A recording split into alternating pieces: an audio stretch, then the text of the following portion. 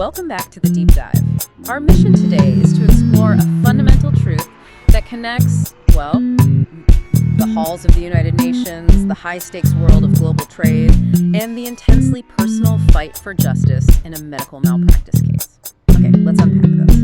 It seems impossible, right, that those three arenas could share any common ground. But they do. They really do. We've looked at your source material, and the through line is perfectly clear. It's the ability to structure, to verify, and then to use really precise, granular information. So whether it's a global strategy document or just a single line in a surgical chart. Exactly. Accurate knowledge is the non-negotiable engine driving everything. Progress, accountability, all of it. Absolutely. And the speed at which that information travels and the detail it contains is redefining how institutions operate. Let's start at the very top with the macro picture. Global digital transformation. Right. Benchmarked by the United Nations using the E-Government Development Index, or EGDI. Yeah, and the EGDI is fascinating because it shows how the whole definition of e-government has just shifted strategically over time. You know, back in, say, 2004, 2005, the UN was just trying to measure readiness. Readiness, like, are countries prepared to go digital? That's it. Are they even it was almost like just counting websites back then. Were they just counting websites back then? Essentially, yes. Oh, boy. But by 2008, the focus had shifted entirely to measuring actual development. So tangible services. Tangible services being delivered. And, crucially, by 2014, they ditched the idea of maturity. They realized digital governance isn't a goal you just reach. You don't just get there and you're done. No, it's a perpetually evolving process. You never actually reach peak digital government. That makes so much sense. And the expansion we're seeing is huge. I mean, look at the increase in online transactional services where you can actually complete a task online. Right. We went from 140 countries offering at least one in 2018 to 162 in 2020. That's a rapid acceleration. It is, and the depth is increasing too. Your sources say that over 84% of these countries now offer an average of, 14 of the 20 transactional services that the UN tracks. And for you, the listener, these aren't just obscure bureaucratic forms. We're talking about the foundational functions of modern life. Things like registering a new business, applying for a license, requesting birth certificates, marriage certificates, even paying your utilities.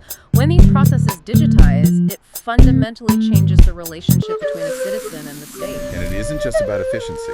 It's also about inclusion.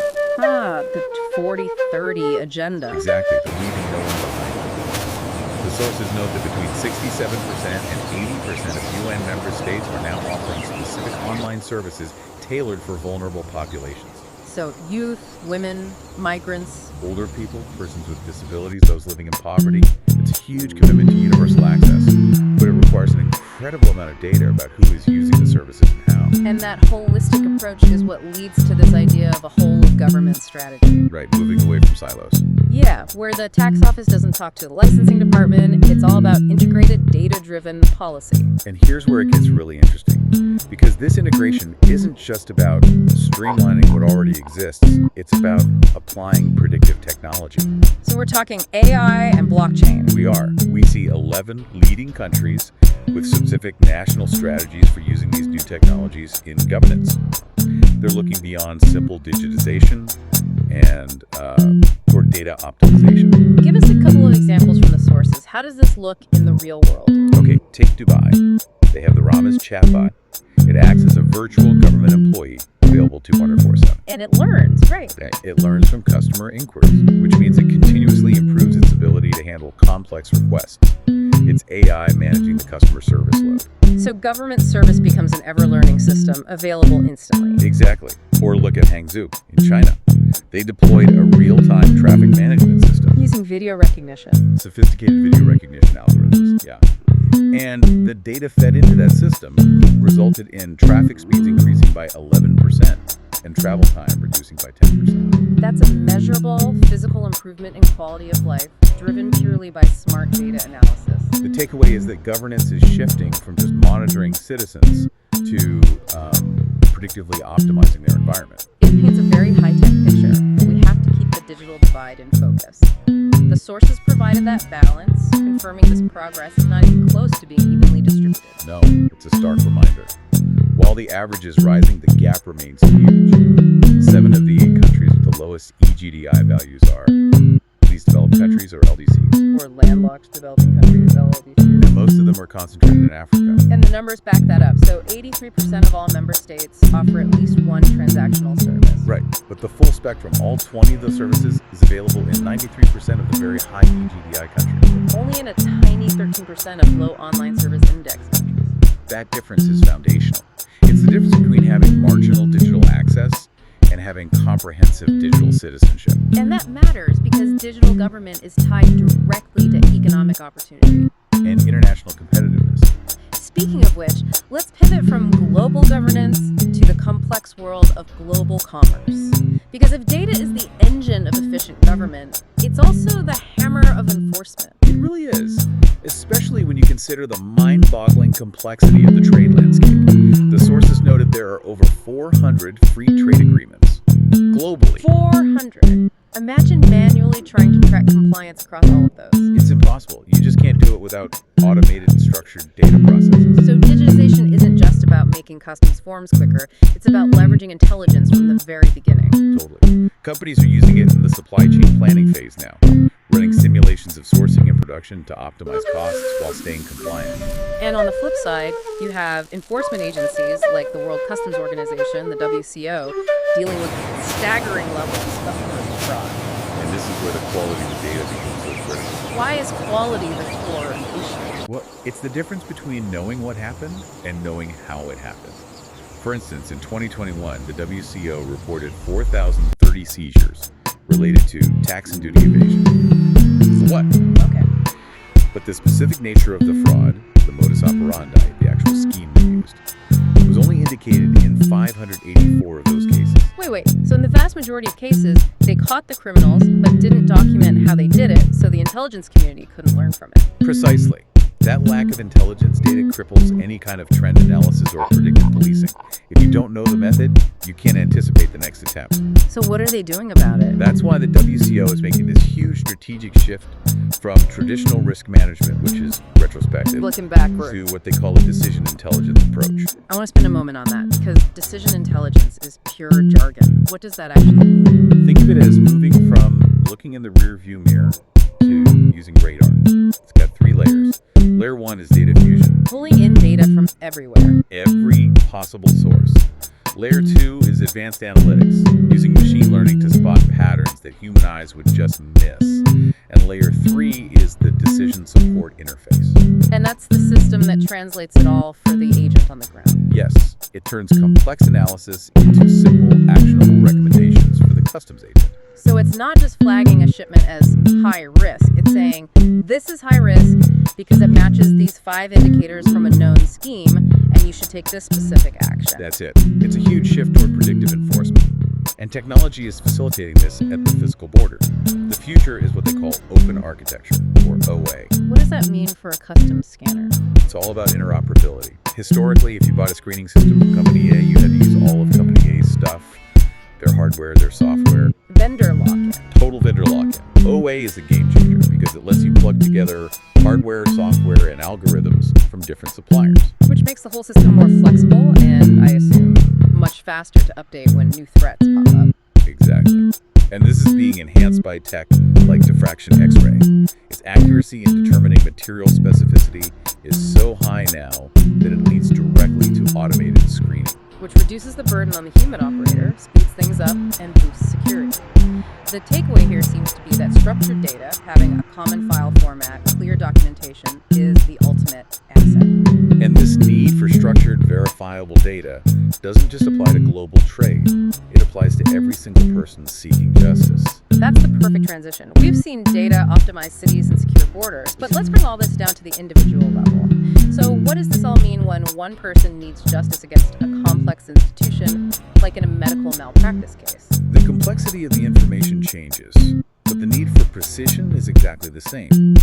Malpractice requires proving 4 things: duty, breach, causation, and harm. And the process is often long and slow. Very slow moving, so the precise detail of the medical facts becomes the ultimate arbiter. We have a powerful illustration in the sources, a medical malpractice case from Mexico. It involved a misdiagnosis of necrotizing fasciitis. A flesh-eating disease. Yeah. And the documents in that case pinpointed the exact piece of evidence that established the breach of care. It was a pre-op record, noted as NMRC 00008. And isn't that right? Notice the patient had pain out of proportion to exam. Which, for any medical professional, is a huge red flag in this kind of infection, especially when other symptoms are subtle. The first doctor missed it. Completely missed it. And the subsequent harm was then clearly linked to the timing of that miss. The sources show a 48-hour delay from the initial visit. Which required a much larger surgery. A much larger surgical resection. Yeah. The operative timeline itself is forensic data.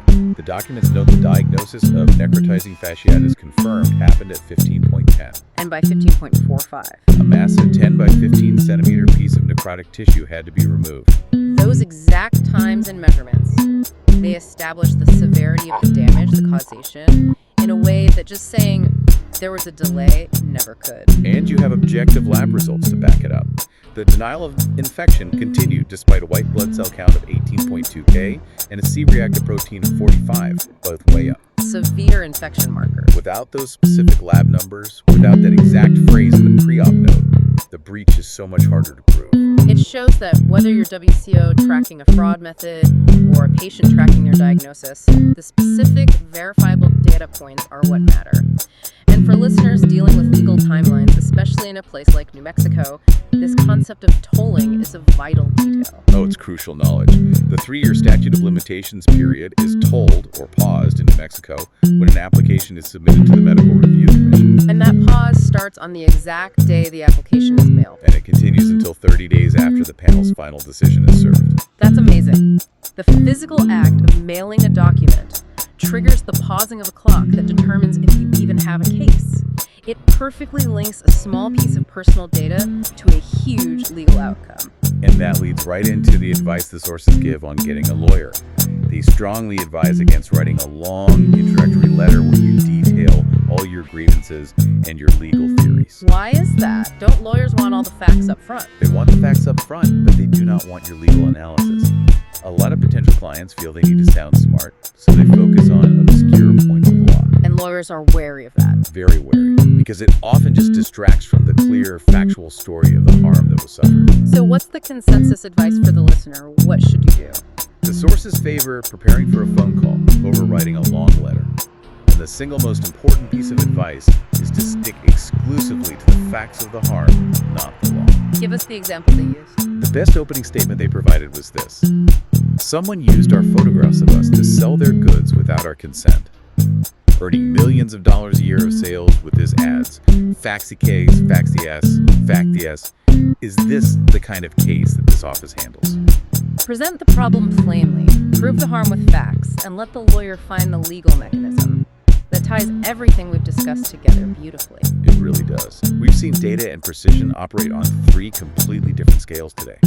Information, whether it's national EGDI data, WCO fraud documentation, or the exact phrasing of a pre-op note, is the core foundation for decision-making and for justice. And as this digital government transformation accelerates, centralizing and connecting all this data from your medical chart to your utility payments, it presents a huge opportunity, but also a massive risk. A massive risk to the foundation of public trust. Absolutely. Think about the healthcare sector alone. It's a huge repository of sensitive information. The largest. And data security breaches, there aren't just privacy breaches. They have significant economic costs. The average cost of a data breach in the U.S. health sector was estimated to surpass $150 million in 2020. That's an enormous economic threat. It is. Which raises an important question for you, the listener, to mull over. We've seen this explosion in open government data, right? The number of countries with ODD portals jumped from 24% in 2014 to 80% in 2020. So, since digital transformation requires this strong commitment to transparency, how can government leaders successfully balance the imperative to share data with the massive and rising economic and social risks of data security and privacy breaches? What stands out to you? Thank you for joining us for the deep dive. See you next time.